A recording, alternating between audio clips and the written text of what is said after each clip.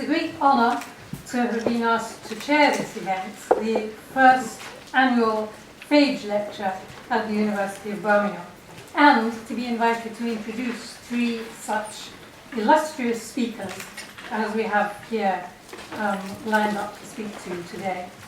So it's quite an ambitious program. We've got two wide-ranging lectures, and then what I'm sure will be a high-powered commentary on the two lectures. So I don't want to keep you away from this feast too long, but I've been mandated by my department, the Centre of West African Studies, to say just a few words on their behalf about this event and the man for whom this event is named, Professor John Fage, the founder of the Centre of West African Studies, or CWAS. So the Fage Lecture is being held today as a flagship event in this 50th anniversary conference, which is part of celebrations that have been going on in the department all year. And this, I would say, is definitely the culmination on the high point of our festivities.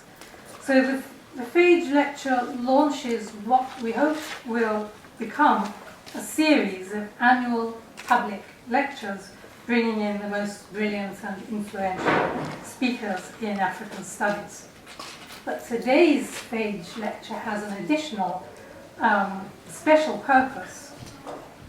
It's intended, on the one hand, to rejoice in our past record of world-leading interdisciplinary research on and in Africa over the past 50 years. But on the other hand, also to hail our future as we take on a wider remit and a larger public presence. Actually, in the past, we've been very proud of being what is, as far as we know, the only research and teaching centre devoted exclusively to West African studies. But we've had an expanding student body, rapidly expanding, and with wider regional interests. We've had an increase in our expertise in Southern Africa within the department, and we've had a growing strength and concentration in anthropology. So half of our academic staff are now anthropologists. So to recognize all these changes, we decided this year that we ought to have a name that reflects what we actually now today are. So that's why we've become the Department of African Studies and Anthropology. But we still cherish and treasure our history, our record as Centre of West African Studies, and we keep the Centre of West African Studies as a research cluster specializing within the Department of African Studies and Anthropology. So this is a crossroads, true to the name of the conference. It's a crossroads in the sense that it's a moment of transition and change in a new direction. But it's also a crossroads because it's where paths cross, that people meet. And we're absolutely thrilled to have this kind of reunion with colleagues, alumni, friends, and people who've been associated with CWAS for many years. So you're really, really welcome, and we're really glad you could all come. It's a particular pleasure to record our gratitude to the African Studies Association of the UK, which has generously supported the Fage Lecture with funding, and because we also have a feeling of strong solidarity with the ASAUK. Partly because it's also celebrating its own 50th anniversary this year, but partly because John Fage helped to create it, and he was its first honorary secretary in 1963, and later it's one of its presidents.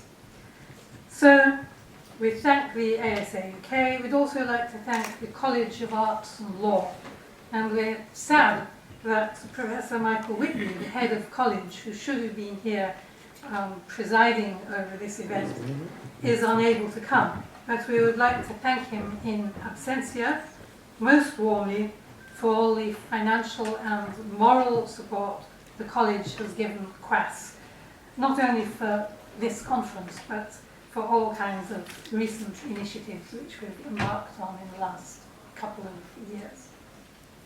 So let me now say a little bit about John Fage. He wasn't only the founder of CWAS, he was also an intellectual pioneer and institution builder who helped to lay the foundations for the study of Africa in the whole of the UK and beyond. Born in 1921, educated at Tunbridge School and Magdalen College, Cambridge, where he read history.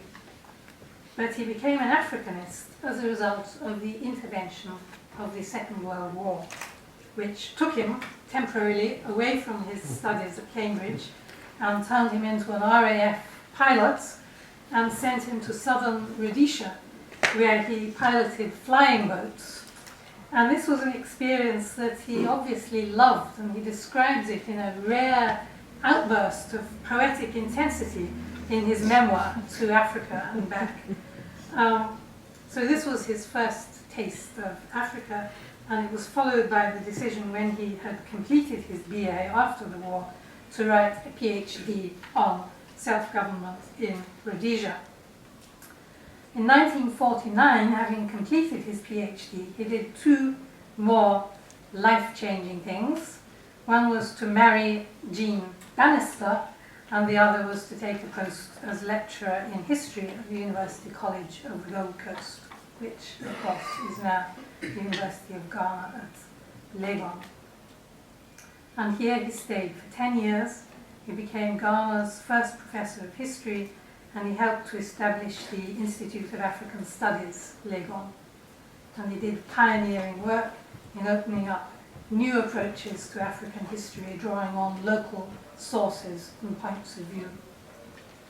In 1959, he and the family moved to CWAS, where he began a very long collaboration with his colleague Roland Oliver. But the Hayter inquiry had already identified the need for area studies centres, and was also a pioneering colleague, far-seeing colleague at Birmingham, Roy Pascal, who was a professor of German and didn't have much involvement in African studies at all, but he saw the need for a centre of African studies. And he had already started campaigning for the institution of such a centre before the Hayter report came out, confirming that this was indeed a high priority. So by 1963, these plans had come to fruition, and the Centre of West African Studies was inaugurated at the University of Birmingham with John Fage as its first director, and this is a post that he held for 20 years.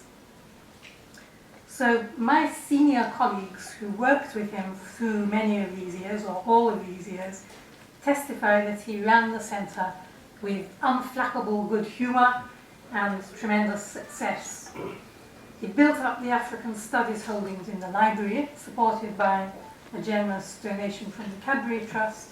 He recruited brilliant staff, some of whom developed such loyalty to him and to the centre that they stayed there, here, at CWAS, throughout their careers, whereas others, including all three of our speakers today, imbibed the CWAS elixir and then moved on to dazzling careers elsewhere.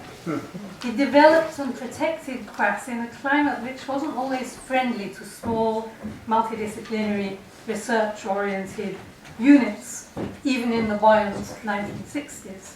And he took on a succession of senior faculty and university posts, including Dean of Arts, Pro-Vice-Chancellor, and finally Vice-Principal. So while he was developing CWAS and playing a major role within the University of Birmingham, he was also indefatigable in helping to create and establish the institutions and organs needed for the development of African studies as a field. As everybody here is undoubtedly very familiar with all of these, I'll just mention them extremely briefly. I've already mentioned the ASAUK, He serves on the Council of the International African Institute. He and Roland Oliver founded in 1950, that can't be right, must be 1960, the Journal of African History, misprint, and edited it up to 1973. He co-edited the 8-volume Cambridge History of Africa, helped to launch and edit the UNESCO General History of Africa. So he's laying down all these major tools for Africanist research and scholarship. But his own scholarly publications were grand in conception. And in fact, they were beyond West Africa right from the beginning. He didn't write exclusively about West Africa. His 600-page History of Africa set out the scope and the shape of the field of African history and has never been superseded. His 1962 book with Roland Oliver, Penguin Short History of Africa, was a case of a 4-star impact before this wretched concept had ever been invented. It went through numerous editions. It was translated into 12 languages, including Finnish, and it sold nearly 500,000 copies. So it's not bad for a book on a subject, the very existence of which many academic historians still doubted. So John Fage was a titan in the field. He was also noted and fondly remembered by people who worked with him for other attributes, including his lanky elegance and his ability to wear pink jeans with style,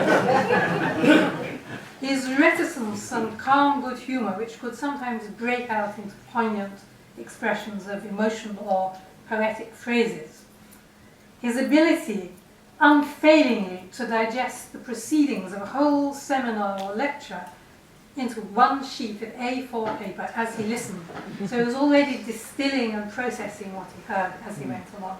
He was a kind man, generous to his colleagues, affable and modest. And at his farewell dinners after his retirement in 1984, and there was a succession of dinners because all the institutions which he played such a major role in wanted to pay tribute to him.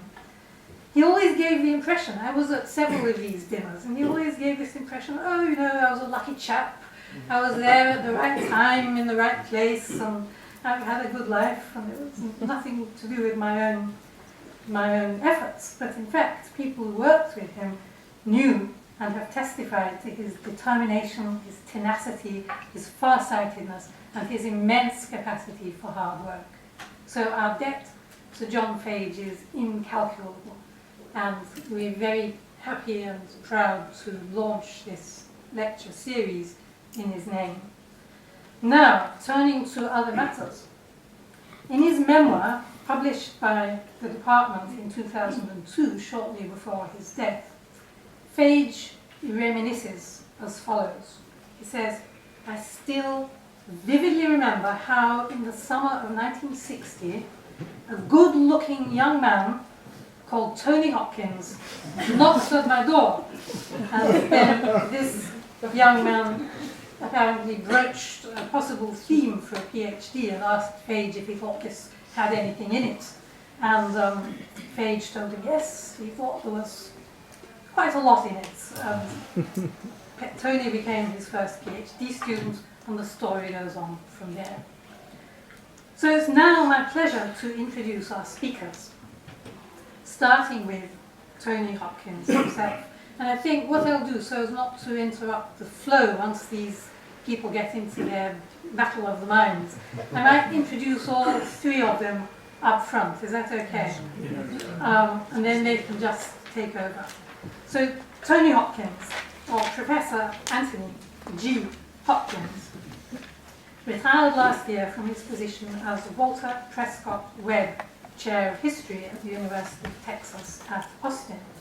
Before that, he held chairs at Cambridge and Geneva, and before that he spent 24 years, if I'm right, at CWAS teaching African economic history. And he's without doubt the leading figure in this field.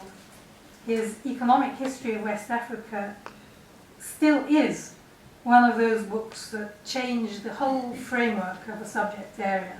A key work, essential not only for economic historians, but essential for anthropologists and political scientists and even literary scholars, I would venture to suggest. His more recent publications focus on the history of imperialism and globalization, and his book with Peter Kane, British Imperialism 1688 to 2000, won the Forkosh Prize of the American Historical Association. He's long been a fellow of the British Academy, and he holds honorary degrees from the University of Stirling and, to our great delight in CWAS, from the University of Birmingham just this summer, which caused us immense satisfaction. So we're simply thrilled that Tony has agreed to come back home to launch the Fage Lecture series. Our second speaker is Professor Gareth Austin, who carries on the baton of the dynasty in a way, because he in turn was Tony Hopkins' student. And no doubt we can look forward to a description of their first meeting if Tony writes his memoirs. So Gareth is Professor of International History at the Graduate Institute of Geneva, where he moved in 2010 from the LSE. He's a Ghana specialist, like Fage, who has lectured in Ghana and also for a while at CWAS. He's a former editor of the Journal of African History, and his publications include Labour, Land and Capital in Ghana, from Slavery to Free Labour in Asante, which is central to this tremendously resurgent and buoyant field of slavery and post-slavery studies in Africa. And finally, our commentator, or critic, Professor Robin Law, is Emeritus Professor of African History at Stirling and Honorary Visiting Professor at the University of Liverpool. He started his research career as a Yoruba specialist, but unlike some of us, he managed to escape or tear himself away from the Yoruba world. So having written an absolute classic and indispensable work on the Oyo Empire, he went on to embark on a whole succession of studies that were geographically or thematically wider than this. The horse in West African history, the slave coast of West Africa 1550 to 1750, Ouida, the social history of a West African port, and numerous others. He's also a past editor of the Journal of African History, he's also a fellow of the British Academy, and he's also played an important role in the ASAUK. So you may have begun to detect a pattern in these introductions, and this was intentional. All of our speakers are connected with CWAS, all are historians like Fage, all have played a founding role in establishing African studies in the UK and internationally, and all are stratospherically distinguished. So let's listen to them. The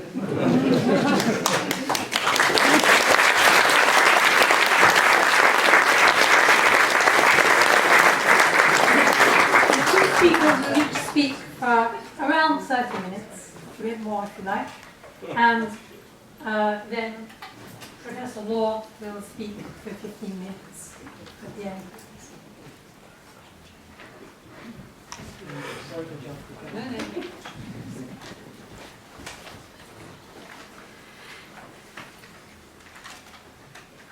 Good afternoon, everybody. I hope you can hear me in the cheap seats. Good.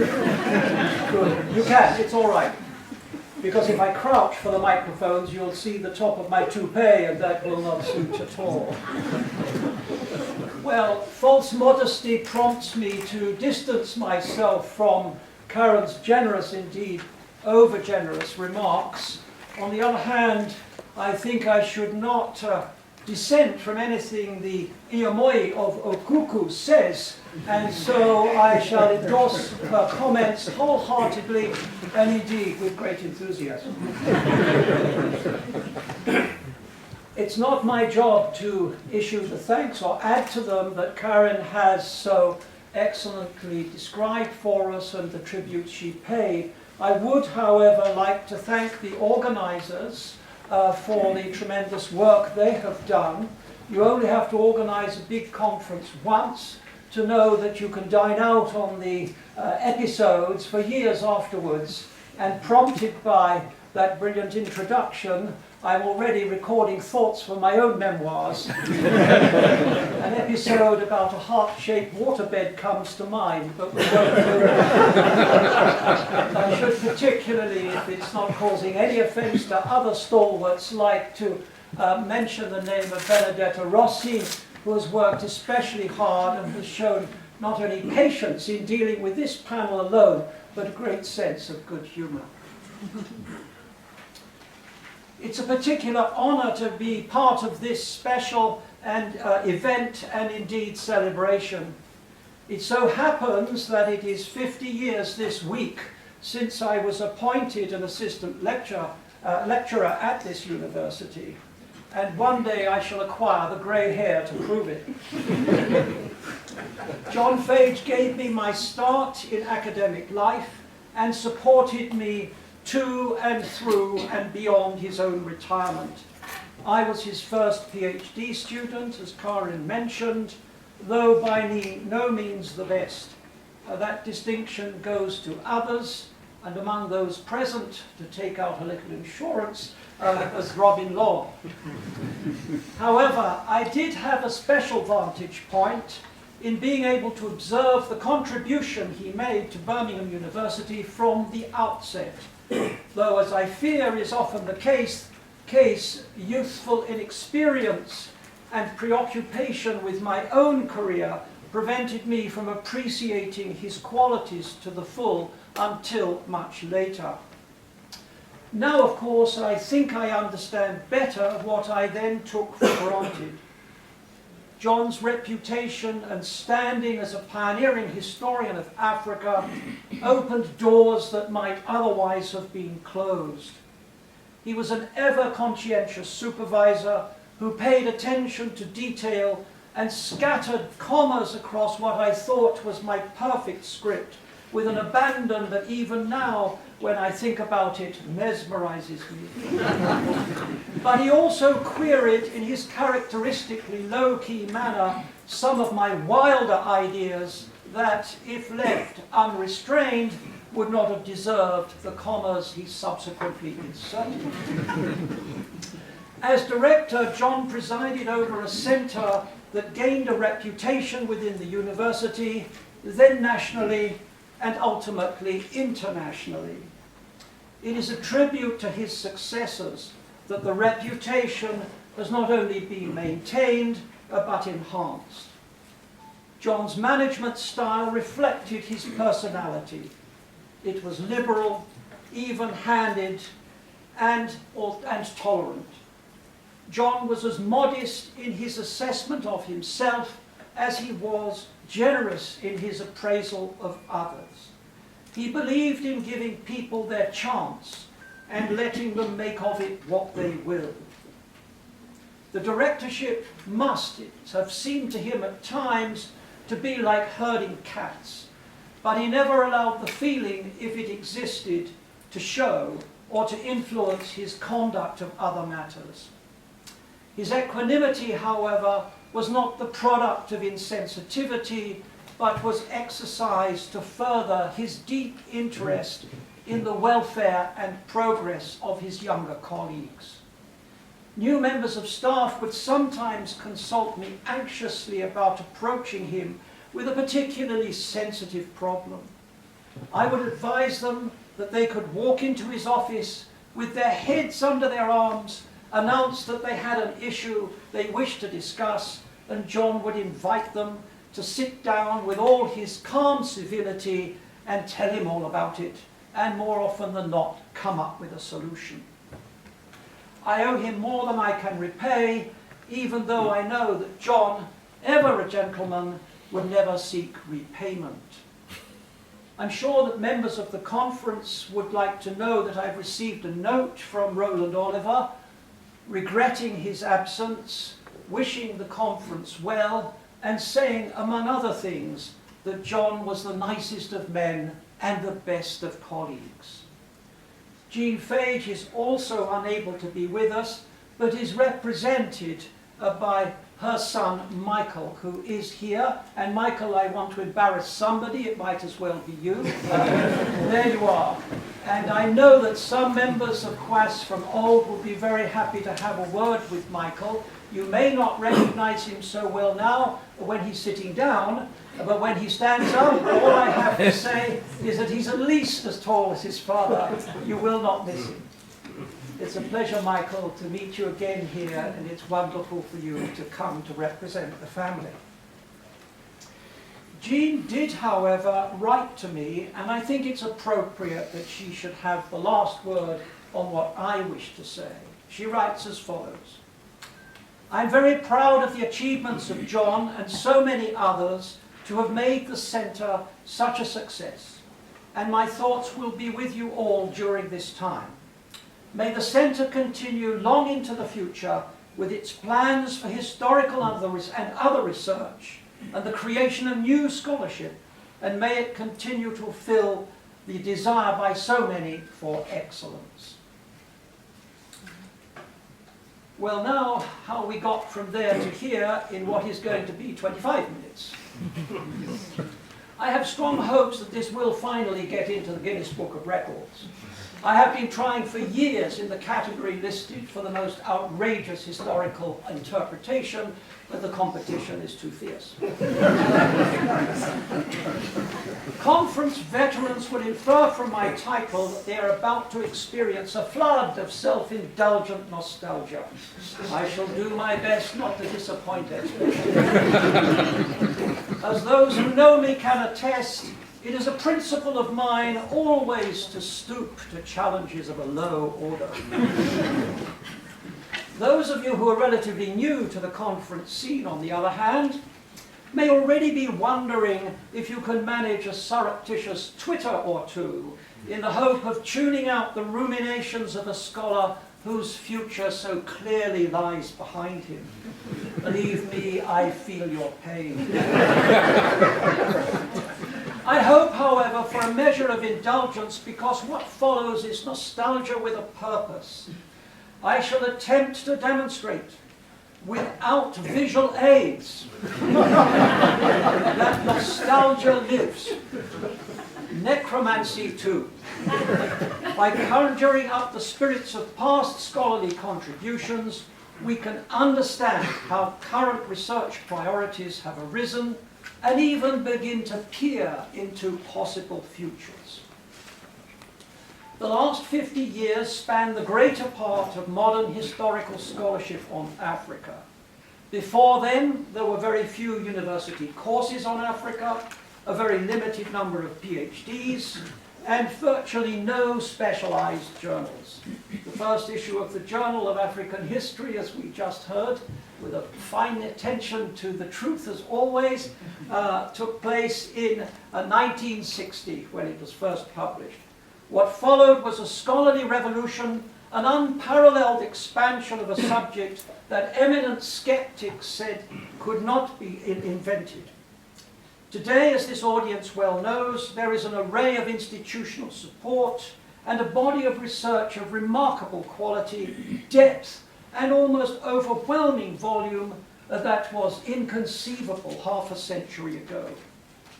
The subject is now widely recognized and respected by the historical profession and has expanded into journals far beyond its own specialism. There are many ways of looking at these considerable achievements. My approach divides the literature into 5 historiographical phases that between them cover the last 50 years. I shall focus particularly on the influences that have affected economic and social history, but colleagues in other branches of the subject will immediately recognize the trends I outline.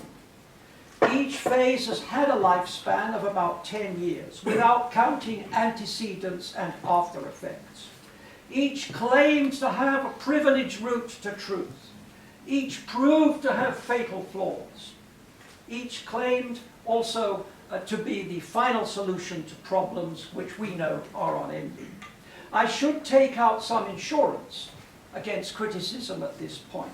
I'm not suggesting that all historians marched under these banners, only that the 5 phases had considerable influence on successive generations of researchers.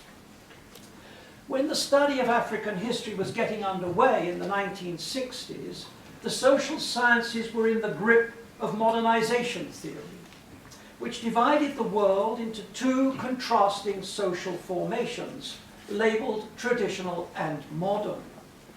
The guru of the subject was Talcott Parsons, an American sociologist, whose name is little known today outside his discipline, but who exerted an influence that even Edward Said would have envied. Parsons devised what were known as the pattern variables, a set of opposites that ordered the thinking of a whole generation of students and was applied by development specialists to what was then becoming known as the underdeveloped world. History was irrelevant to the theory, which was derived from axioms that were logical, coherent, and comprehensive. Modern societies displayed the meritorious qualities you would expect: initiative, energy, rational thought.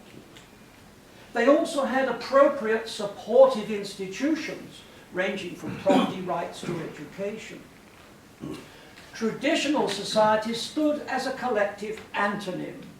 They were unenterprising, communal, emotive, and gripped by institutions such as the extended family that retarded development.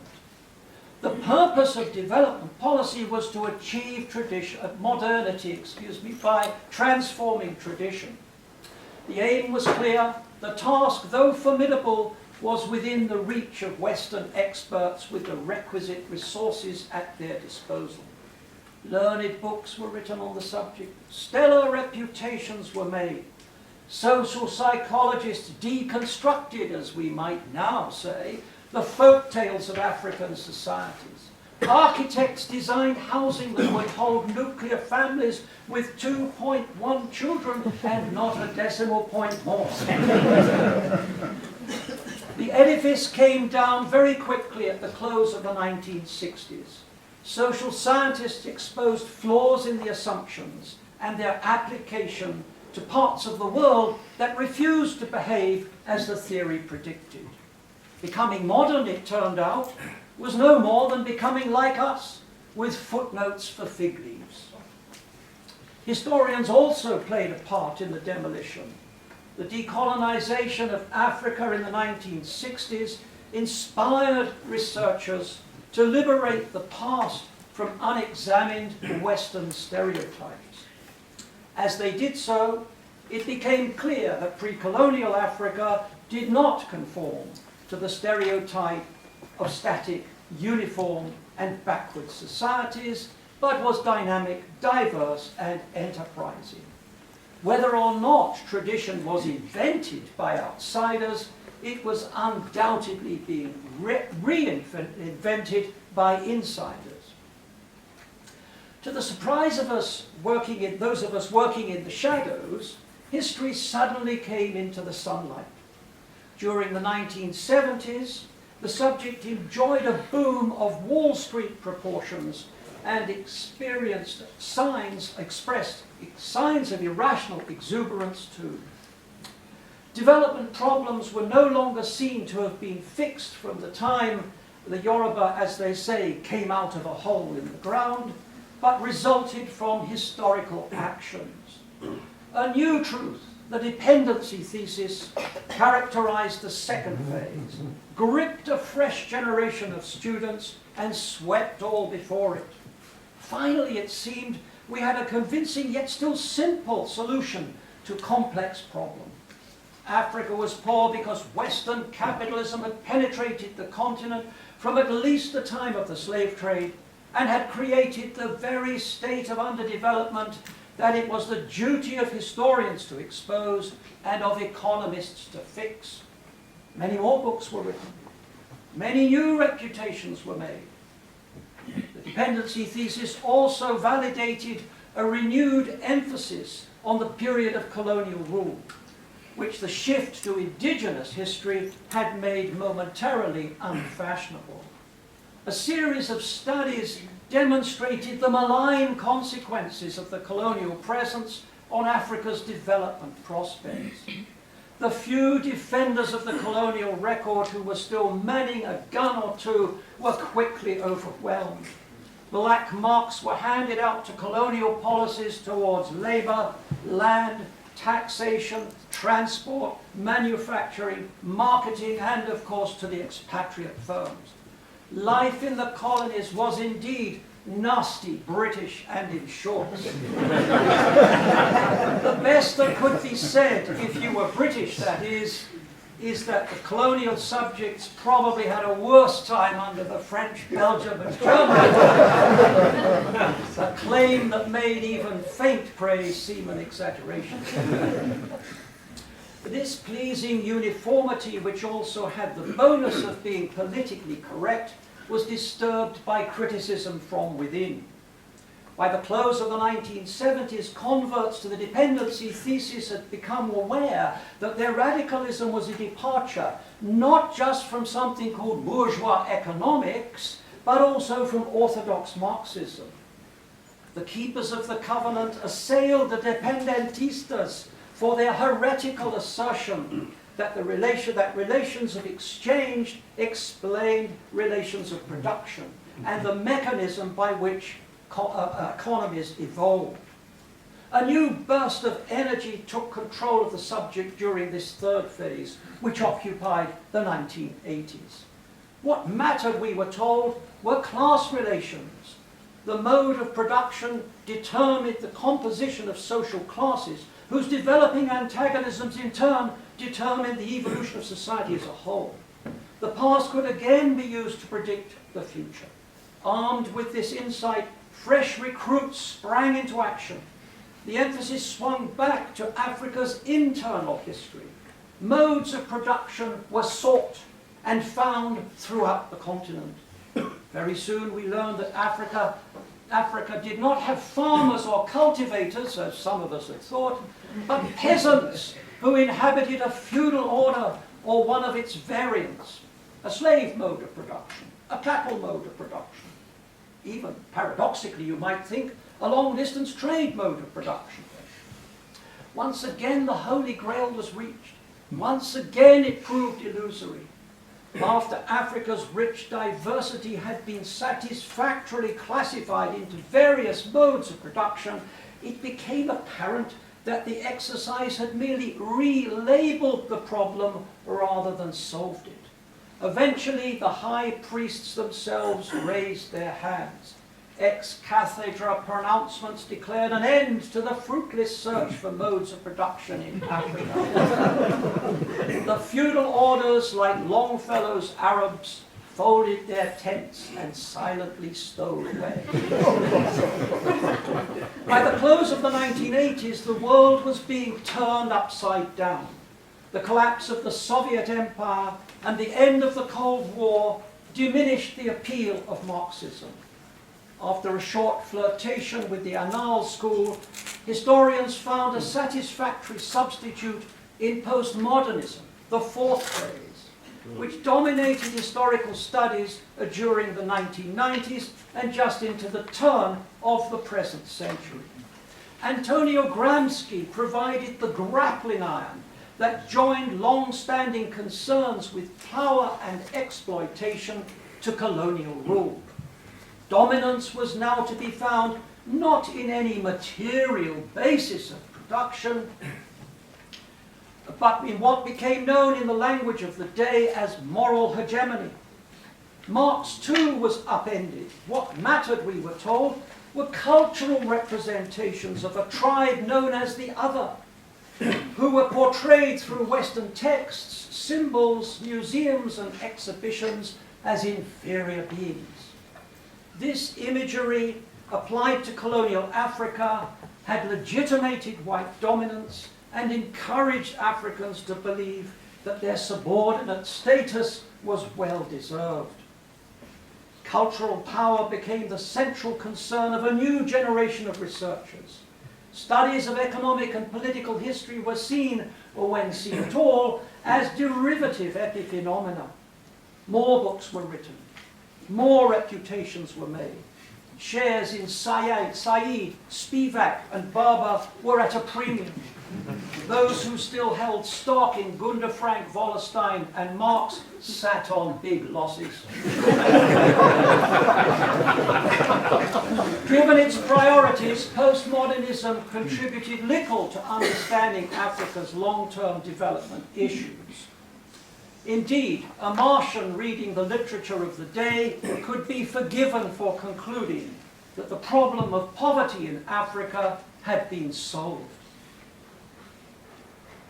The edifice did not collapse overnight, as modernization theory did. It simply faded away at some point after the events of 9/11. Today's graduate students, forgive me if this is a mistake, but I will carry on with it. Today's graduate students have no idea who Foucault was, or maybe still is. Edward Said remains an eminent name, but even so, no longer one known in the whole household. The fifth phase began in the late 2000s and has still to reach maturity. The current trend, as everyone here knows, is the study of globalization, which is captivating the present generation of young researchers. The term is everywhere, though few historians have yet mastered the literature that underlies it. Historians have, however, reclaimed respectability for what Brodel called material life and the Longue Durée. What postmodernists dismissed as a misconceived totalizing project is back in fashion. Universal propositions universal propositions are once more colonizing the world. Reality, which had been accused of loitering with intent to deceive, has become a valued and largely unquestioned associate. In a remarkable feat of athleticism, we find ourselves leaping forward and back simultaneously.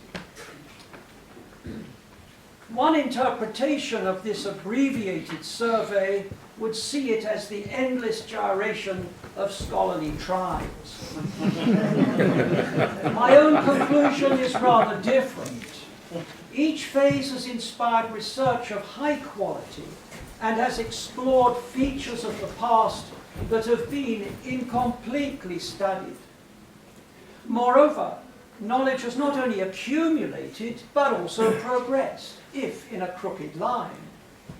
There are beliefs about Africa today that can be held only in the face of the evidence and not in the light of it. The main problem confronting researchers is that the principal gains from each phase arise early in the academic life cycle. Thereafter, diminishing returns set in. Early adopters secure disproportionate benefits. Latecomers are exposed to collateral damage. Research students who join a trend after the midway point will finish their dissertations when the phase in question has almost run its course, by which time no one wishes to know about the representations of yet another other or its equivalents. Such studies, though often meritorious, have short lives and quickly end as tombstones in the great graveyard of redundant publications. Since historiographical phases are not easily bypassed, the key question is to know how to recognize them and how to judge whether the point they have reached is one of youth, maturity, or senility. Several clues lie readily to hand. All the phases I have identified offer simple, comprehensive theories or at least approaches to a complex world. That is a large part of their appeal. However, the simplicity of the narrative is normally camouflaged by a special language, from the pattern variables to tropes and alterities, that hints at a higher, privileged understanding. Language constitutes a rite de passage, Fluency allows entry into the relevant scholarly tribe and has to be displayed thereafter to advertise continuing loyalty. The resulting literature is largely self-referencing. Most alternatives are discounted by ignoring them. It is also humorless and wholly lacking in self-irony, because dedicated introspection makes it hard for members of a tribe to see how puny their efforts are in relation to the size of the problem they're dealing with. The approach of senility is signaled by the unreflective repetition of a thesis established years earlier, and by increasingly convoluted theological disputes, often accompanied by accusations of heresy. When the music stops, tenured academics have already passed the parcel. Job seekers are left holding an outdated problematic. Now, these clues suggest to me that the best way to avoid unemployment is through a grasp of historiography. Now, this recommendation is not quite so obvious as it may seem. The trend of scholarship, certainly in the United States, is to concentrate on recent work on the assumption that the latest is the best. Otherwise, we would not cite it. This position has obvious merit, but it confines scholarship to short-term points of reference and excludes the classics, which are rarely cited and even more rarely read. Yet classic works have earned the title because they've survived changes of fashion over many generations. They help us to see the difference between the issue of the day and the riddle of the ages. Without such guidance, we can all easily fall into the practice of writing consignment history. It may be new to us, but it's not fresh from the factory. This very general recommendation can be refined by having an awareness of what moves and shakes in the United States, the powerhouse of academic research, which influences everyone else. The phases I have identified were all developed in and marketed by the United States, even though they all have cosmopolitan origins. Modernization theory was formulated at the height of post-war confidence and mobilized to help win the Cold War. The dependency thesis and Marxism were responses of a generation caught up in the movement for civil rights and opposition to the Vietnam War, and represented a growing disillusion with the failings of what was seen to be a faltering capitalist system. After the fall of the Soviet Empire, however, Marxism dematerialized, and the radical agenda lost much of its international reach and ambition. Postmodernism carried forward a radical strand of thought, but one derived principally from domestic issues such as multiculturalism and gender. Its proponents waved the flag of liberation, but shifted the battleground from the hazards of the barricades to the safety of the classroom.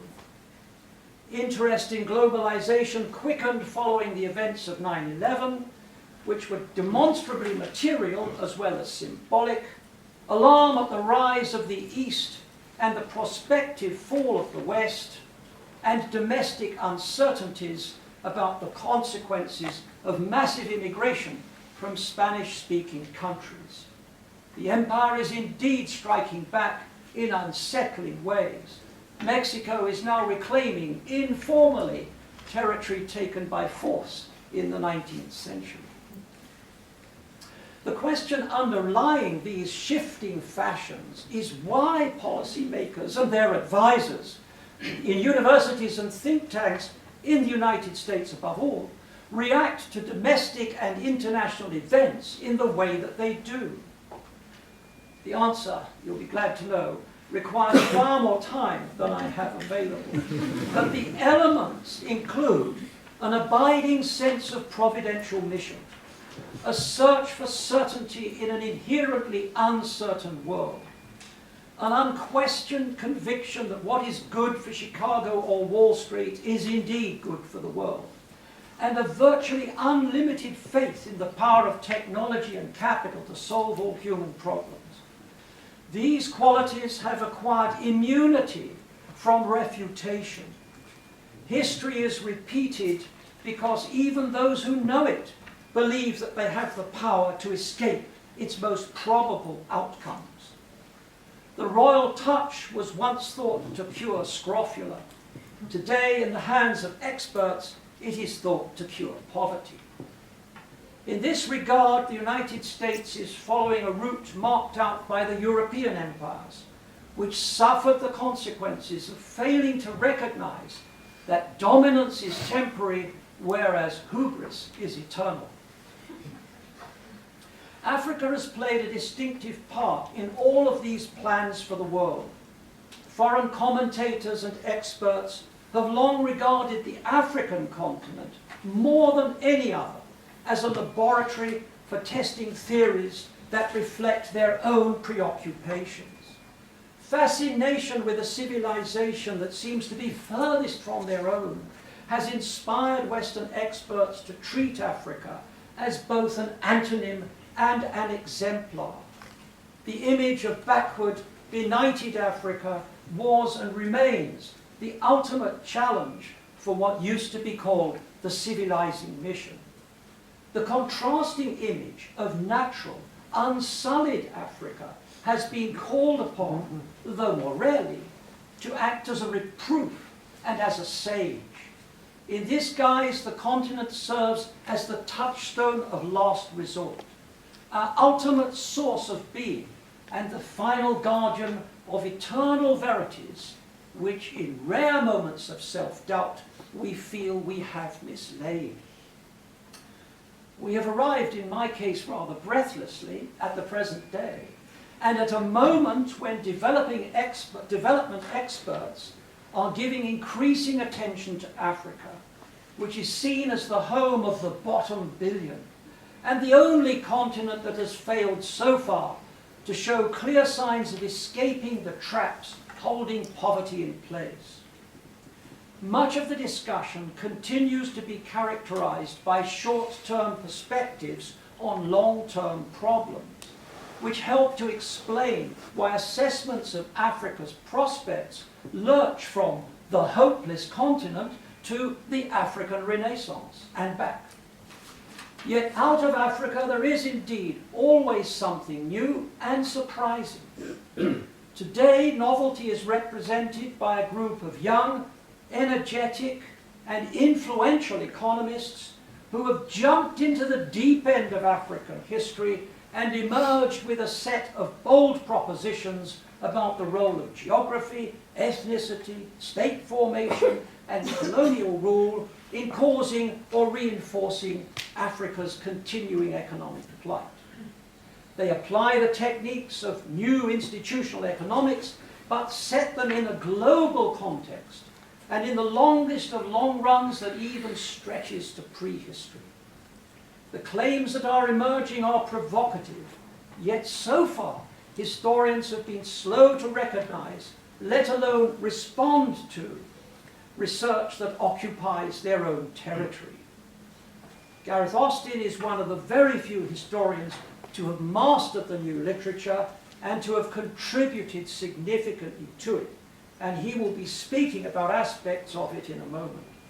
I shall confine myself to a conditional conclusion, one that you can trust with all of the confidence you would now place in your bank. African economic history is about to experience a revival related to current interest in globalization. Since this, my fifth historiographical phase, is still at an early point in its evolution, it offers promising opportunities for new research and new researchers, with, as we in the academic service industry say, limited downside. A prediction I can make, however, with considerable certainty, is that John Fage would have been delighted to see African history, which he did so much to promote, move to the center of the debate on Africa's long-term development. Thank you.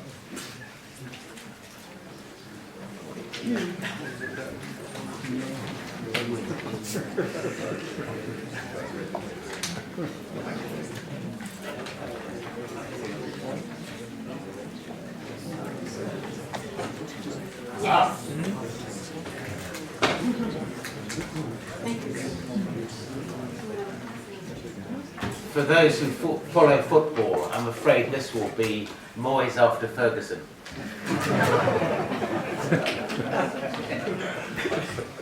Let me begin by adding my thanks to everybody who has contributed to the organisation of this conference as a whole, and to the Fage Lectures in particular. And among those, I would join Tony in particularly thanking Benedetta Rossi, who has had to cope with more emails than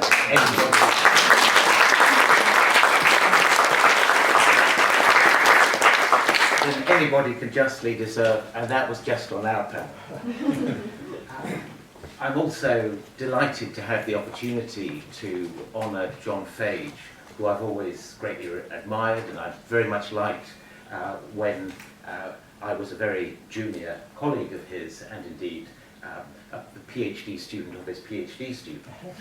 And it's also a lot of fun to be engaged in a double act with my own PhD advisor. And that brings me to my title, which you've seen in the programme, and clearly refers to Tony's title. I should issue a warning that I doubted whether it was wise to use slides because I haven't got any graphs or pictures to show. But then I thought I will be going quite quickly over some material that may be unfamiliar to at least some people in the audience, and therefore maybe it would help to set out a menu. And I'll be a little selective in the attention I give to different items on that menu. What I really want to focus upon is the subtitle, Promise and Problems in the Resurgence of African Economic History, which, in a very slight but well footnoted departure from Tony's chronology, I would date from circa 2000, conveniently enough.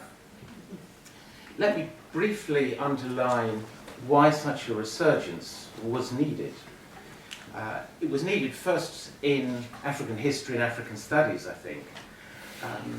It should be underlined that there was never a moment when the teaching and research in this field or subfield stopped. Some of us continued throughout, not noticing the changes of fashion. And naive students embarked on PhD theses and even completed them, hoping that by the time they did so, they would the fashions would have changed and they would once again be on a winning stock rather than in a bear market. But undoubtedly there was a decline in the volume of research and teaching in this field from the later 1980s through to the end of the 90s, and more generally there was a decline in the centrality of African economic history within the wider field of African history and African studies. Also, a resurgence was needed from the perspective, I think, of the discipline of economic history and the discipline of economics, particularly development economics, as a whole. And I say that because the mainstream journals, the mainstream syntheses of economic history and economic development had largely failed to notice that there had actually been a revolution in the study of the economic history of Japan, China, South Asia, Sub-Saharan Africa, and Latin America, from at various dating, starting at different points in the different regions, but essentially from the 1950s through to at least the end of the 1980s. A revolution in which, in the case of Africa, Tony Hopkins, of course, played a huge part. This lack of attention to the research in economic history that had already been done was evident in this landmark volume. This presents the proceedings of a conference organized by the agency that spends more money on promoting the study of development than any other agency on the planet, the World Bank. And the volume, as you see, was edited by two very well-known names, one known by the whole household, one perhaps known by some in the household, in the field of development economics. And it contained a chapter on economic history. And the chapter was written by three of the very best-known economic historians on the planet. The remarkable thing to me is that not only were none of these three specialists on any part of what we now call the Third World, though a couple had some acquaintance with North Africa, one in one case at the very beginning of his career, and in the other case, medieval North Africa. But also, none of the three economic historians, nor the editors, felt it necessary to comment on or justify this lack of use of the specialist research done on the very parts of the world that the bank and the discipline of development economics were studying. I don't think that would happen today, and I don't think it would have happened even by 2005. The volume was published in 2002, and very soon afterwards things began to change. So let me give some evidence of what I call the resurgence of African economic history. Before I do this, let me just put this in perspective, in case you haven't noticed very large numbers of people proclaiming themselves as economic historians of Africa. I would put it this way, that in the late 80s, early 90s, and drawing on my own experience in organising workshops, I think one could more or less fit all specialists on African economic history around the whole planet, in Africa and outside, from PhD students to older folk, into probably a minibus.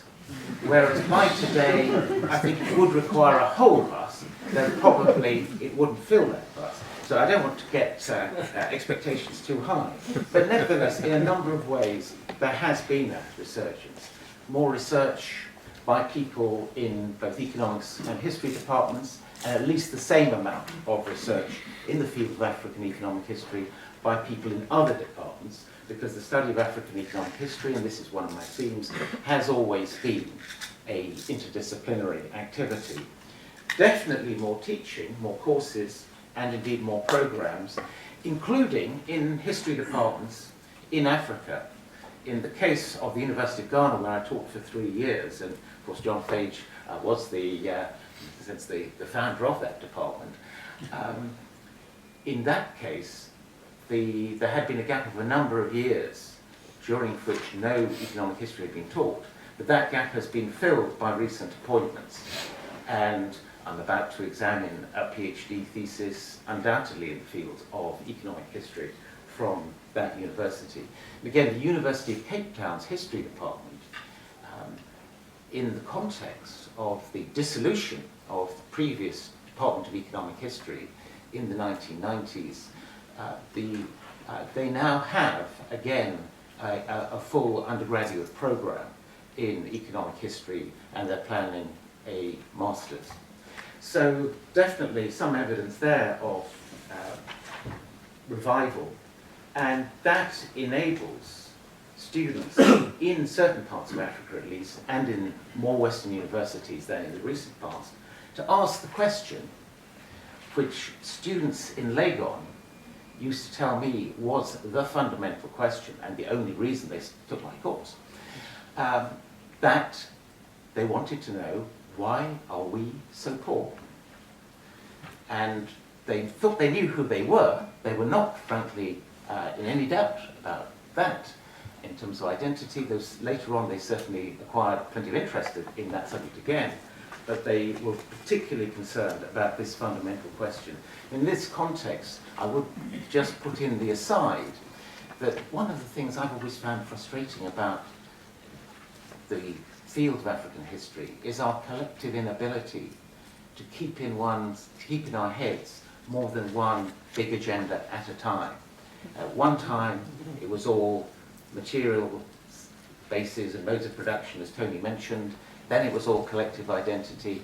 Surely we can do these things at the same time. And surely it would be good for all these projects if there was constant interaction between them. Finally, and I apologize for using this terrible word, particularly to Tony, who's very sensitive to matters of good usage. So I won't pronounce it, but you can see it up there.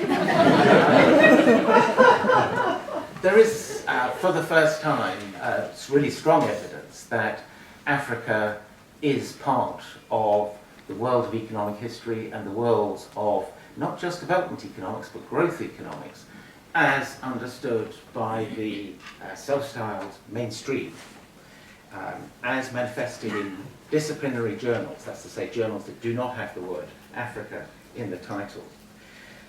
Let me go on to distinguish certain ways in which substantially Africa is, or perhaps is not yet, involved in the mainstream. The first is Africa is undoubtedly in the data set. The data may or may not deserve that name, but it's there. And Achimoglu, Johnson and Robinson's famous articles of 2001 and 2002, which Tony obliquely referred, are a perfect example of that. If you're stuck with using a method which involves comparing the member states of the United Nations as they are today, Africa, apart from anything else, has the great advantage of having an awful lot of members of the United Nations. And Africa is also in the data set, for example, of labour history. And here I particularly commend the International Institute of Social History in the Netherlands, which embarked a few years ago on what they called the Global Labour History Collaboratory. And this is an attempt to provide a quantitative basis for a genuine global labour history. And whereas I think it's fair to say, had this been tried in 1960, it would have been only the rich countries.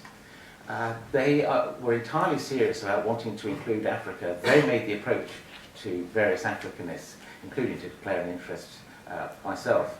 And there are various problems in implementing it, but the basic principle that Africa is involved in global labour history, just as in global any other history, has certainly been accepted by the mainstream. What about Africa and Africans as agents in global history?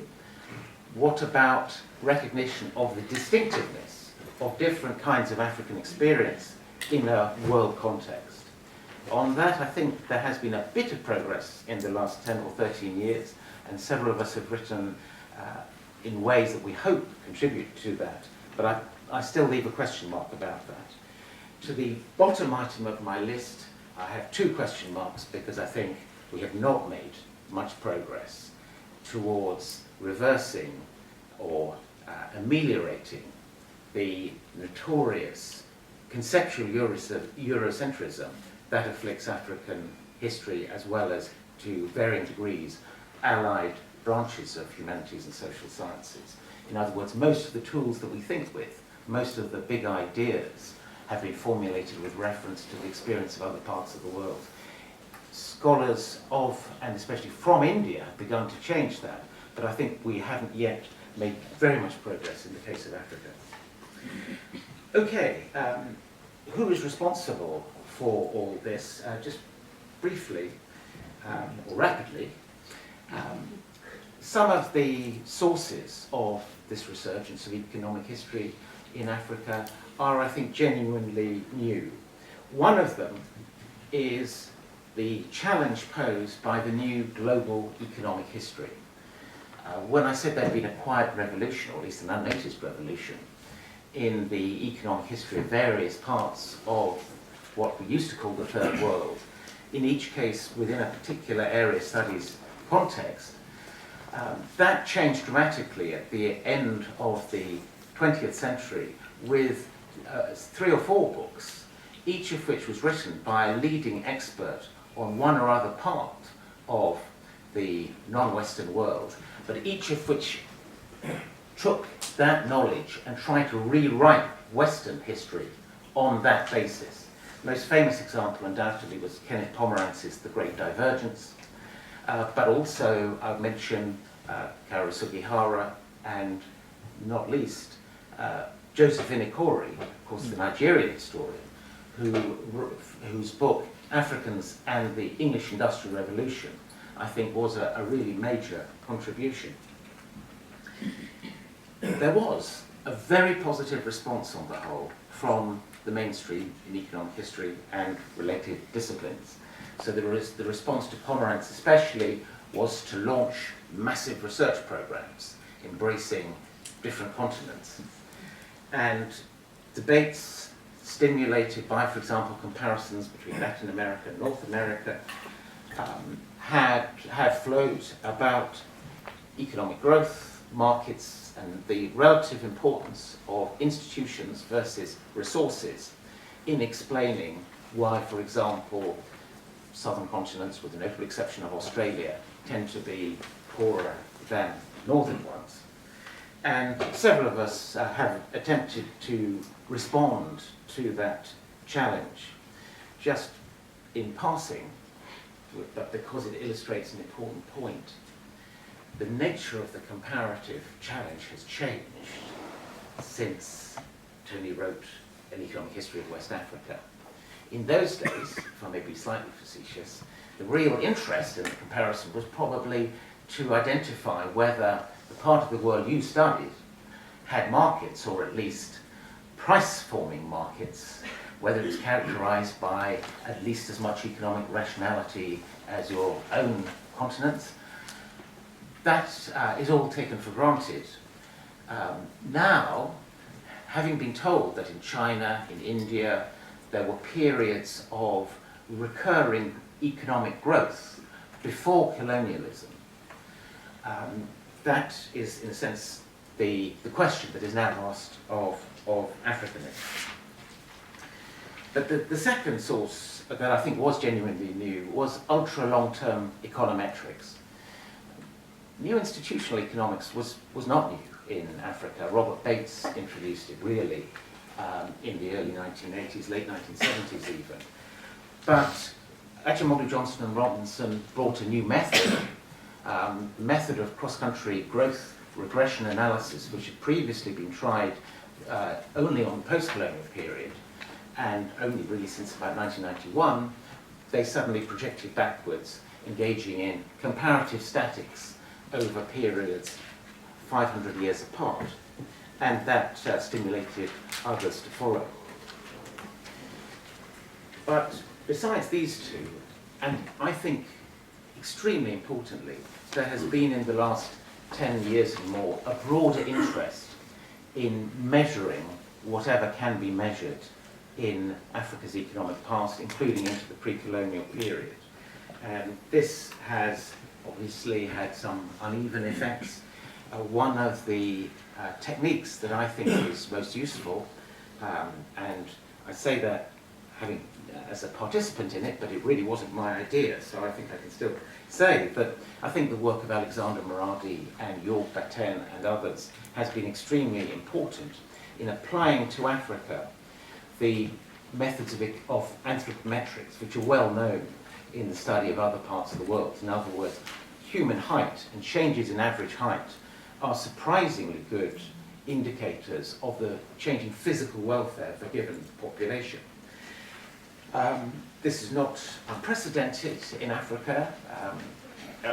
David Eltis did this in 1979 and 1981 for slaves liberated and landed in Sierra Leone, but it has not been applied systematically and continuously until recently, and it had not been applied before using the abundant resource of the colonial recruitment records. Again, you've had new approaches to old questions and old sources. There's no older source in the quantitative study of Africa than the British colonial blue books, but Ewald Frankhemer and Marloes van Wijsenberg, I think, were the first to really systematically try and study that across a lot of countries, and they produced really important revisionist work. Other changes really reflect new resources rather than necessarily new approaches. And these very much build on earlier work which had simply never stopped, notably the Atlantic Slave Trade Database.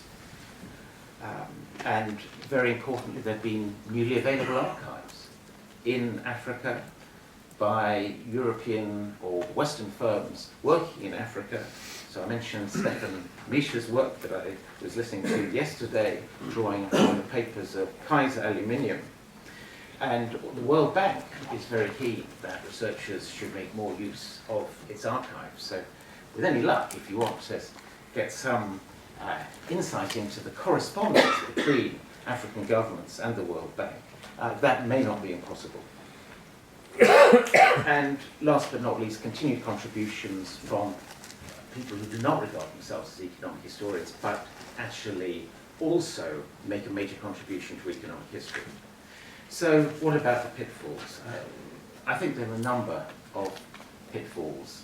Some of them, perhaps even most of them, apply to particular manifestations of this resurgence rather than more generally. Specific to long-term comparative statics is the danger of what I call the compression of history, by which is meant overlooking the fact that causal relationships are unlikely to be stable over very long periods. Again, I think there has been a tendency to adopt less ambitious theories, less ambitious models in the study of the political economy of African development, including by economic historians. And here, I think this is one downside of the otherwise very valuable application of regression analysis. Here, I'm not talking necessarily about long-term regression analysis, let alone instrumental variables, but simply to note that there is a contrast between the way, for example, the institutionalists and other theories set up their models in the late 20th century and the way such models are set up today. And that contrast, I think, is not all an improvement. So Robert Bates, in the early 1980s, in the most influential work, perhaps, of his career, constructed a model to explain the relatively disappointing economic growth of most parts of sub-Saharan Africa since independence. He noted that there were certain countries that were exceptions to that, and he used those exceptions as reasons why we should accept his overall argument. He said Kenya and Cote d'Ivoire were exceptions precisely because the conditions which accounted for slow growth everywhere else did not apply in those countries, in his view. That, I think, is a very elegant way of approaching the matter. I won't discuss here why I don't think his theory was right, but I do think it was very elegant. Today, the tendency is simply to treat exceptions as statistical outliers. And, of course, their influence, if they're not omitted from the database, their influence will be reflected, but only in a very small way. Whereas what we should be doing is ask, why are those exceptions? are they exceptions that, to use Popper's phrase, falsify generalization, or are they exceptions that, in some sense, prove the rule? Prove the rule in the sense that the conditions which lead to the general prediction precisely do not apply in that case. So let me give you a specific example. Some of you will know that there's more than one long-term cross-country regression analysis that concludes that the key to being rich today is to have had a state in the given territory over many hundreds of years. As Africanists, we know that the obvious implication of that is that Ethiopia ought to be the richest country in Africa. I find it deplorable that neither of the papers that I'm familiar with that make this argument actually take on the Ethiopian case to try and explain, well, okay, is it that the theory is wrong, or is there some other explanation? And just briefly, I must mention one of my hobby horses, which is there is a tendency, this may still be news to some anthropologists, and if so, counselling will be available. You may not believe it, but it's true, that quite a number of economists have thought it was a good idea to take Murdoch's ethnographic atlas, that's right, Murdoch's ethnographic atlas, and treat it as a database about the pre-colonial period. Of course, historians would like to say, we don't have the pre-colonial period, we have hundreds of years, each of which, each period has its own categories, has its own characteristics. And this, there's much I could say about this, but above all, it involves omitting most of the research that has been done on pre-colonial and early colonial Africa since the database was finished, and I'm aware that there have been a few tinkerings with it since. In other words, most of the work that John Fage did himself, that he and other pioneers stimulated and supervised, is completely ignored as we revert to the ethnographic present text instead of using the carefully calibrated historical research that's been conducted over the last half century. I'm also unhappy that recent studies have tended to treat economic rent and economic growth as mutually exclusive. Subtler versions of rational choice theory do not do this, but this has been a tendency in recent years. Unfortunately, or fortunately, the history of economic growth, it seems to me, is as much a history of economic rent as it is of unsullied economic growth. As McCloskey pointed out, if you always had fully competitive markets, profits would be competed to a vanishingly low level, so there wouldn't be much to reinvest. I'll skip that, and I'll even skip that, though I may come back to it. I want to finish with backward projection. Like Tony, I think that there is an awful lot to be said for the advantages of the new perspectives that historical change continually throws up. There wouldn't be much written on gender history today if it had not been for the rise of the feminist movement, for example. And I am reminded that in this context, when I was at Birmingham, I used to take part in some very large demonstrations on the subject of either unemployment or nuclear disarmament. And in those demonstrations, there was one particular poster that neatly linked those two themes. And the poster said, "Historians for the right to work, we demand a continuing supply of history."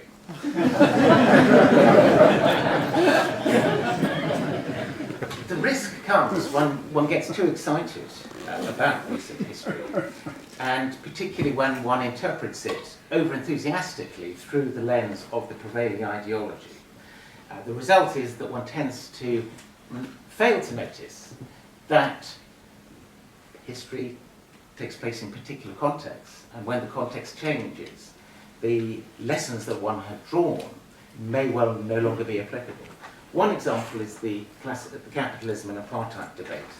liberal versus radical view.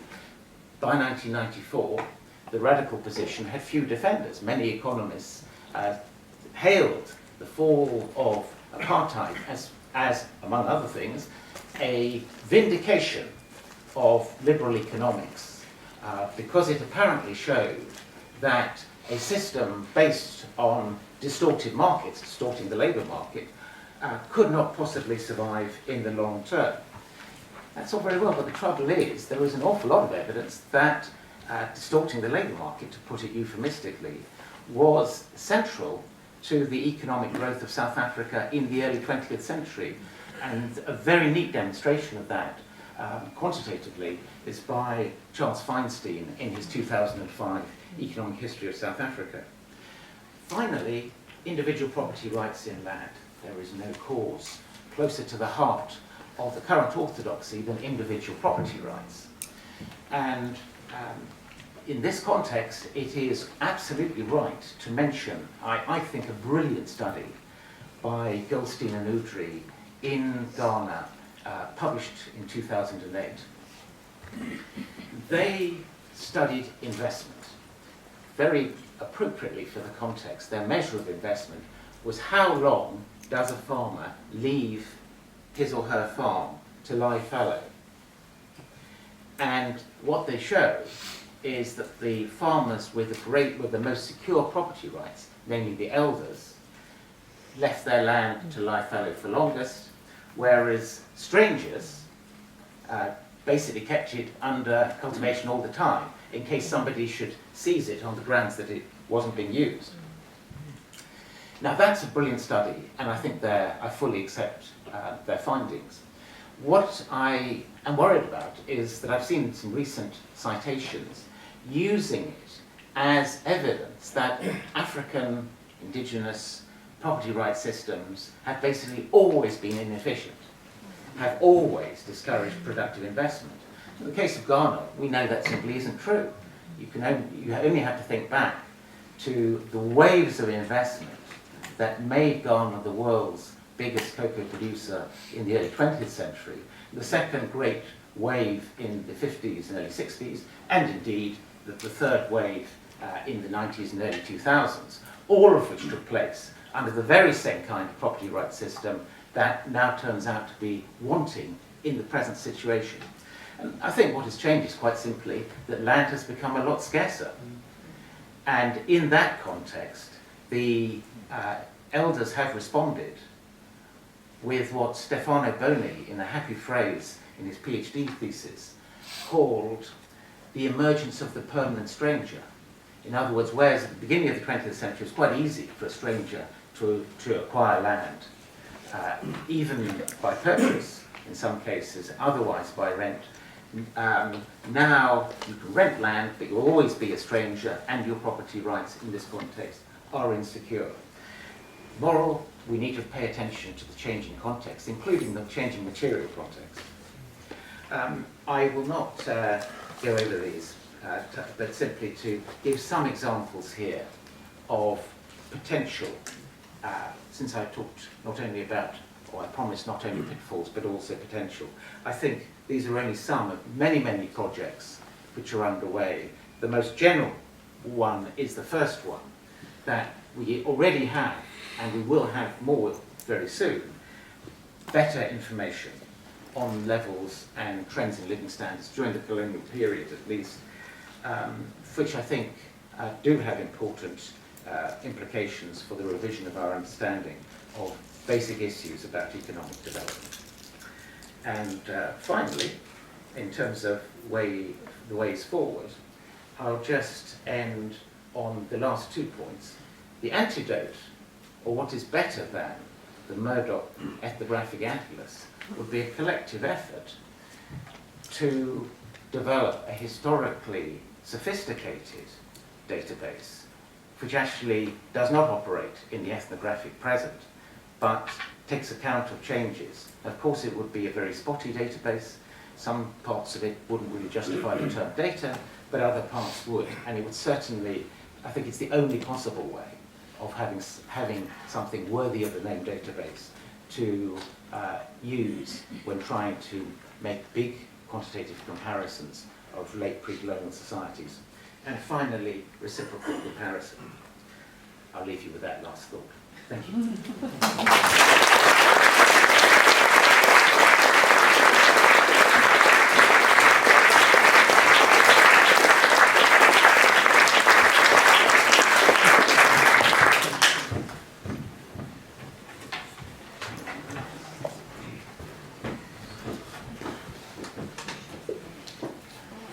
Let me begin also by expressing my thanks to Benedetta and other organisers of the conference for the invitation to participate, which is for me both a pleasure and a privilege. My own association with the Centre of West African Studies, although not quite dating back over the whole 50 years of its existence, comes quite close. It began 45 years ago in 1968 when I became one of its PhD students. And to be involved in this, the first of the series of lectures in honour of the late John Fage, is also very pleasant to me, since, as has been pointed out, he was my own doctoral supervisor. Nevertheless, I do confess that the specific role of discussant to the two presentations which you've just heard is a task which I approach with some trepidation, not only because of the eminent, or should I say stratospheric, distinction of the two speakers, but also because they are both specialists in and have talked on specifically economic history, which is not a field in which I would claim any expertise. Although I have always maintained an interest in the role of economics in historical explanation, and indeed I have sometimes been accused of a partiality for the theory of economic determinism, I am essentially a consumer rather than a producer of economic history.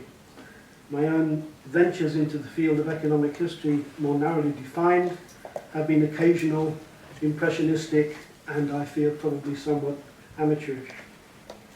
Beyond this, both speakers have dealt, mainly at least, with issues of what may be called grand theory, large-scale generalizing ideas and approaches applying to wide geographical areas and or long periods of history. Tony Hopkins sketched the succession of approaches which have attained, or at least claimed, hegemony in scholarly studies of Africa over the last 50 years, down to the present interest in globalization.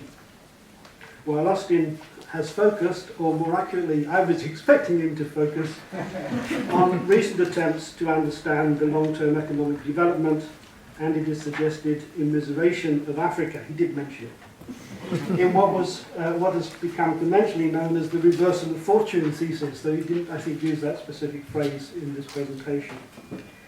By contrast, my own research has, in the main, been much more narrowly focused, both geographically and chronologically, and my occasional ventures into discussion of general theory, notably in relation to Marxism, in what was, I think, the third phase of was essentially negative, or at least critical. But from this perspective of mine, the central question which arises for me is what historians like myself are supposed to make of these grand theories, or how exactly the smaller scale research of the sort which I've been accustomed to undertake can or should be related to these grand theories. And insofar as my remarks have any coherent focus, it is on this issue.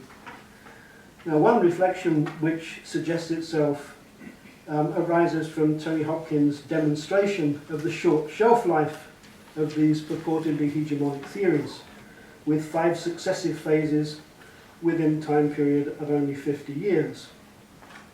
In other publications, in other presentations, Tony has also pointed out that the novelty of new theoretical terms has often been exaggerated. For example, both Hopkins and Austin have pointed out that the reversal of fortune thesis has affinities with the dependency thesis popular in the 1970s. That's phase 2 in the Hopkins scheme, although these links are not generally recognized or acknowledged. If I can be allowed to indulge a few bees in my own bonnet, I would also suggest that theories of globalization, that is phase 5, were anticipated by Marxist theories of imperialism in the early 20th century, notably the work of Nikolai Bukharin, with his concept of the world economy and his argument that this should replace the national economy as the appropriate focus of analysis. Indeed, beyond that, the idea that capitalism was by its nature expansionist and tended to spread throughout the world, and also that this process tended to homogenize consumption patterns and forms of cultural production, can be found quite explicitly in the Communist Manifesto in 1848. Similarly, postmodernism, insofar as it has valid and important things to say about the problematic nature of texts, to my mind at least, does not really add very much to ideas which have been commonplace in mainstream studies of historical methodology, back to the classic Introduction to the Study of History by the French historians Longue and Seigneur, published in 1898. Although I do concede that, unfortunately, many academic historians don't bother to read such works either, and indeed in general many are lacking in methodological self-awareness, to use a polite formulation, so that arguably they remain legitimate targets of postmodern criticism. Now, one of the points I would certainly take is one that I think was actually implicit and fairly explicit in what Tony Hopkins said, which is, to ask, well, given the short shelf life of these theories, why should we bother to engage with them at all? Why don't we just hang on and wait for them to pass? And given that serious research normally takes some years to come to fruition, it does seem to me that any focused attempt to follow current fashion is foredoomed to failure. It's likely to be a recipe to ensure that by the time the research is completed, fashionable theories have moved on, perceptions of relevance have moved on, it will be out of date. And this reminded me of one of the best jokes in the Satirical Survey of British History in 1066 and all that, a work which Tony Hopkins himself has been known to quote in his analysis, which referred to the 19th century Prime Minister William Gladstone, who, it says, I quote, spent his declining years trying to guess the answer to the Irish question. Unfortunately, whenever he was getting warm, the Irish secretly changed the question. So perhaps the first lesson to learn for historians is not to be intimidated by these grand theories and by the frequent tendency of their advocates to scorn any work not informed by them, since such theories are frequently not as revolutionary as is claimed, and in any case are quite likely to prove ephemeral. The more important issue, the more serious issue, though, is the one I've already mentioned, which is that of how the sort of detailed and generally locally focused research which historians commonly undertake can engage with the grand theories on offer. And the obvious answer is, of course, that case studies, small-scale case studies, can serve to test the validity of the general theories on offer, to corroborate them, or suggest that they need refinement, or indeed, in extreme cases, that they should be abandoned. And this process of the subjection of general theory to the test of new or restudied cases is not only the main source of progress, I would argue, in the advance of historical understanding, but is also the nearest analogy you can find in historical studies to the experimental validation that's often thought to be characteristic of the scientific method. Now, to take an example from my own experience, the substantivist theory of economic anthropology, which was essentially one particular version of the idea of the traditional pre-capitalist society, which Tony mentioned in relation to modernization theory. This theory included or implied a number of propositions about pre-colonial African economies, which could be tested against historical evidence. In my own case, in relation particularly to the West African kingdom of Dahomey. For example, the substantivist thesis that local food prices were set by traditional notions of equivalence of value rather than by market forces, and were hence normally invariant, was simply not sustained by the evidence relating to European purchases of food, which showed that prices were in fact very variable, and at least suggested that much of this variation could be related to fluctuations in supply and demand, and I'm fortified by the fact that another and much more rigorous case study was presented in one of the panels this morning, coming to similar conclusions. It's not always clear, however, at least to me, what testable propositions can be derived from particular general theories. And my difficulty with the latest fashion, the macroeconomic theories of long-term development, the reversal of fortune thesis, is that I'm frankly at a loss as to what sort of research I myself might undertake which could relate to its central theses. Now, obviously, it is possible for historians to make suggestions about the population of particular areas in Africa in earlier periods. Indeed, I've done it myself on occasion for Dahomey back to the 17th century.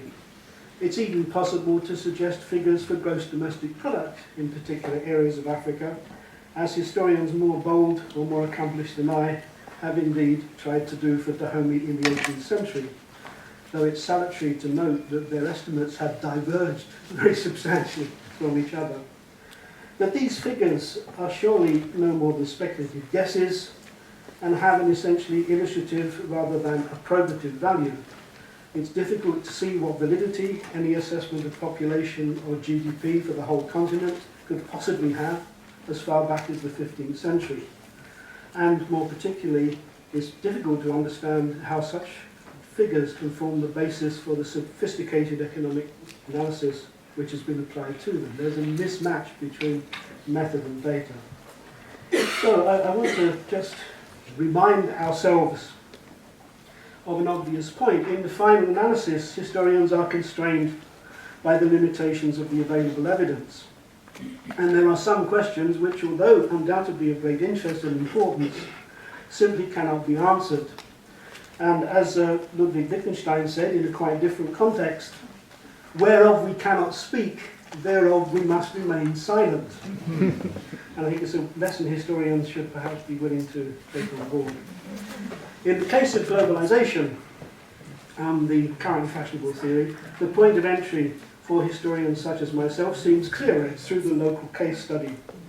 And this approach is instantiated very well in the existing literature. I particularly like to draw attention to Donald Wright's very early study of the kingdom of Niumi in the Gambia, with the title The World and a Very Small Place in Africa, first published in 1997, which I think must be a candidate for the best title for a work on African history yet produced. And likewise, one of the books edited by the eminent speaker who began this session, Global History, published in 2006, has the subtitle, The Interaction of the Universal and the Local. And thus such local case studies may be expected not merely to confirm or disconfirm theses about the process and impact of globalization, but also to refine and complicate them, as Tony Hopkins himself has suggested. They may suggest a picture of diversity rather than uniformity, and one in which people in Africa could be seen not simply as victims of global forces, but as helping to shape them, so that although relations of power were clearly asymmetrical, the New World Order was, I quote Professor Hopkins, jointly produced by all parties to the process. So even the traditional emphasis on African agency can be reinserted into this approach. The one difficulty I feel about this is that it may implicitly consign historians and historical studies to a subordinate role in relation to grand theory. If I can use a striking phrase used by Professor Hopkins in an earlier lecture, in a different context, but still I think appropriate, historians may be seen as, I quote, labourers shoveling data for the higher learning. So I'd like to conclude on an upbeat note, or to make rather wider claims for these local case studies. And with your permission, or your indulgence, I'll do this rather, it may seem rather obliquely. Mrs. Thatcher, our former Prime Minister, in the 1980s notoriously said, I quote, "There is no such thing as society. There are individual men and women and there are families." And although she has been generally excoriated for this statement, and indeed even the Conservative Party now seems to have repudiated it, she was in fact entirely correct. There is no such thing as society. society is not a thing, but an abstraction, a shorthand way of referring to the activities of individual persons. Mrs. Thatcher erred only in mistaking a commonplace proposition for a profound insight with supposedly radical political implications. I also think it's clear that she did not grasp that what she said about society was also true of the market. There is no such thing as the market. The market is not a thing. It's not some independent force standing over against individual people, but again, an abstraction, a shorthand way of referring to the ways in which people under certain conditions behave. I do feel that we historians and others might be helped towards a clearer understanding of this issue by re-engaging with Karl Marx's concept of reification, that is, the mistake of treating abstractions as real entities or forces, and with his corollary conception of alienation, which denotes the process whereby people come to perceive aspects of their own activities as independent forces controlling their lives. Now, this is not to say that these general ideas don't have use, or even to deny that they have, in a certain sense, some validity. But I think we need to recognise them for what they are. Now, I'm not, of course, suggesting that either of the two preceding speakers has ever committed the sin of reification, but a very large number of historians have done, including, ironically, some of the Marxists of stage 3 in Tony Hopkins' schema, because in the 1980s, Marxism was predominantly in African studies adopted in a structuralist variant associated with the now forgotten French philosopher Louis Althusser. Anyway, what I've said about society and the market is of course equally true of globalization. There is no such thing as globalization. Globalization is not a thing, it's not a force, it's an abstraction. And when we refer to such general ideas as abstractions, this does not mean that they are imaginary, that they're divorced from reality. It means very precisely that they are abstracted from reality. Abstracted, that is, from empirical data. Globalization, to the extent that the idea has any concrete content, is abstracted from empirical studies of particular cases. Contrary to what was once claimed by Althusserian Marxists, logical primacy belongs to the small-scale study rather than to the general theory. So, I suppose my valedictory advice to my fellow historians is, do not be intimidated. Rise up against the tyranny of concepts. You, or at least your empirical case studies, may have been dismissed as naught, but in reality, you are all. Thank you.